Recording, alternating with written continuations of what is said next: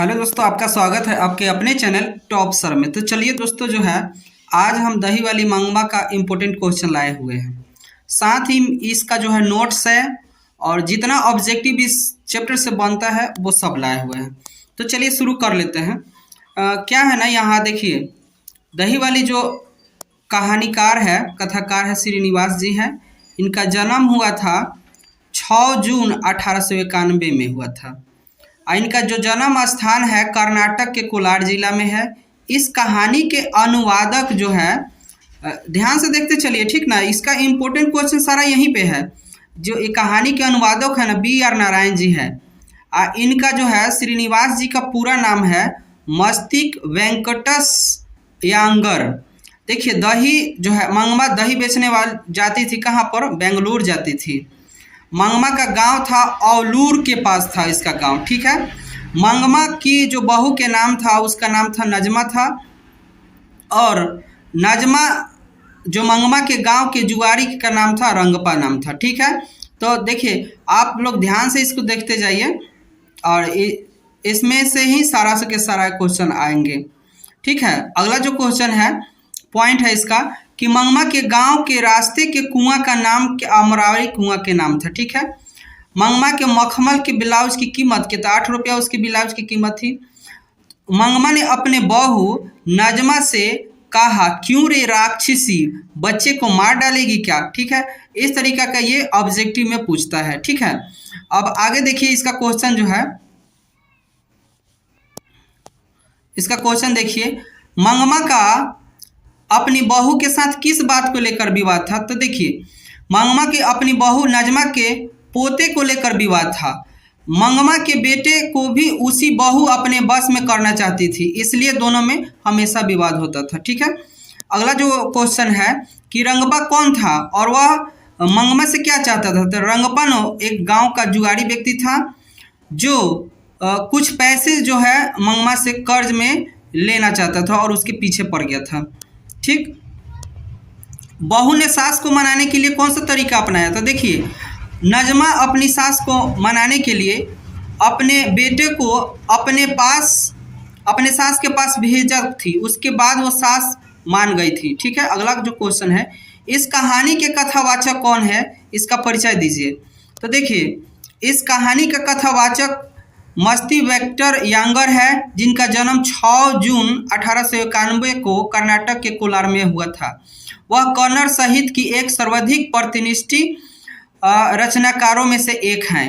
उनका कविता, नाटक, आलोचना, जीवन चरित्र आदि सभी में महत्वपूर्ण योगदान है। देखिए, अगला जो क्वेश्चन जो है यहाँ पर बनता है क्वेश्चन, मंगमा का चरित्र चित्रण कीजिए। तो देखिए, मंगमा एक विधवा औरत थी जो अपना पेट पालने के लिए बेंगलोर में दही बेचती थी, ठीक है दोस्तों। मंगमा की अपनी बहू नजमा के साथ अच्छे संबंध नहीं थे। वे दोनों मंगमा के बेटे पर अपने अधिकार को लेकर लड़ते झगड़ते रहती थी, ठीक।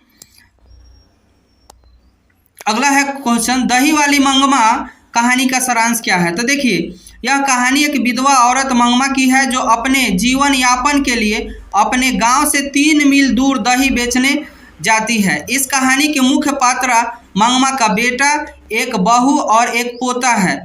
मंगमा दही बेचकर जो पैसा कमाती है उसका उपयोग घर के कार्य में करती है, परंतु एक दिन उसकी बहू नजमा के साथ उसका विवाद हो जाता है। उसके कारण मंगमा अलग खाना बनाकर खाती है। इस कहानी में अक्सर घरों में होने वाली घटना को दृश्य दर्शाया गया है कि जब तक बेटे की शादी नहीं होती है तब तक माँ की बात मानता है, लेकिन शादी हो जाने के बाद बेटे पर बहू का कब्जा हो जाता है। अब देखिए, इसमें जो है ना इम्पोर्टेंट ऑब्जेक्टिव यहाँ पे दिखाया गया है। तो चलिए देख लेते हैं। दही वाली मंगमा पाठ के लेखक क्या है? तब श्रीनिवास जी हैं। इनका श्रीनिवास जी का पूरा नाम मस्तिक वेक्टेंस यांगर है। तीसरा का क्वेश्चन जो है, श्रीनिवास जी का जन्म तो 6 जून 1891 में हुआ था। चौथा क्वेश्चन जो है, श्रीनिवास का जन्म कहाँ हुआ था? तो कोलार कर्नाटक में हुआ था। दही वाली मंगमा पाठ के अनुवादक कौन है? तो ये B.R. नारायण जी हैं। मंगमा क्या बेचती थी? तो दही बेचती थी। मंगमा का विवाद किससे था? तो बहू से था। 8 नंबर क्वेश्चन है, मंगमा का बहू का नाम क्या था? तो नजमा नाम था। दही वाली जो 9 नंबर है, दही वाली मंगमा किस भाषा की कहानी है? तो कन्नड़ भाषा की कहानी है। मंगमा मिठाई किसके लिए ले जाती थी? तो अपने पोते के लिए ले जाती थी। मंगमा कहाँ की रहने वाली थी? तो औलूर के पास गांव की। दही वाली मंगमा शीर्षक पाठ में बहू ने सास से समझौता क्यों किया? तो मजबूरी से कर लिया था। अमराई का कुआं कहाँ था? तो रास्ते में था। मंगमा दही बेचने कहाँ जाती थी? तो बेंगलोर में जाती थी। अगला है, क्यों रे राक्षस इस बच्चे से क्यों पीट रही है? ऐसा किसने कहा था? तो मंगमा ने कहा था।